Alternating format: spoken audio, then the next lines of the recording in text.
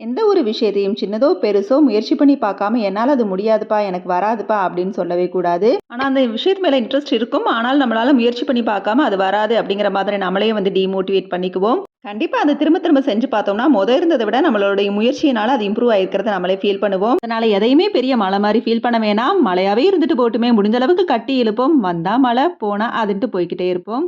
இன்னைக்கு லஞ்சுக்கு முருங்கைக்கீரை கடையில் தான் பண்ணியிருக்கிறேன். இத வந்து கிராமத்து சைடு வந்து சாகம்ன்னு சொல்லுவாங்க. நான் இதோட வந்து தக்காளி சேர்த்துக்க மாட்டேன். ஆனா தக்காளி சேர்த்தும் செய்யலாம். நல்லா தான் இருக்கும். ஆனா ஒரே ஒரு பழம் தான் சேர்க்கணும். இல்லன்னா ரொம்ப புளிப்பா தெரியும். அது மாதிரி கீரை சேர்த்த உடனே தேவையான அளவு உப்பு சேர்க்கக்கூடாது. ஒரு 2 நிமிஷம் போல நல்லா வதக்கி விட்டுட்டு, கொஞ்சம் வெந்ததுக்கு அப்புறமா தான் உப்பு சேர்க்கணும். இந்த முருங்கீரை கடைசல் செய்றப்ப, முருங்கைக்கீரை வேகறப்ப கொஞ்சம் சர்க்கரை சேர்க்கலாம்னு சொல்லுவாங்க, நிறம் மாறாதுன்னு. பட் நான் அந்த மாரி சேர்த்ததில்ல. பட் இதுவே நல்லா தான் இருக்கும் கலர் மாறாம. சைட் டிஷ்ஷா உருளைக்கிழங்கு பொரியல் தான் பண்ணியிருந்தேன். அதோட ஒரு ஆம்லேட்டும். சூடான சாதமா இருந்தா அதோட கொஞ்சம் நெய்யையும் சேர்த்துக்கோங்க. செம்ம டேஸ்ட்டா இருக்கும்.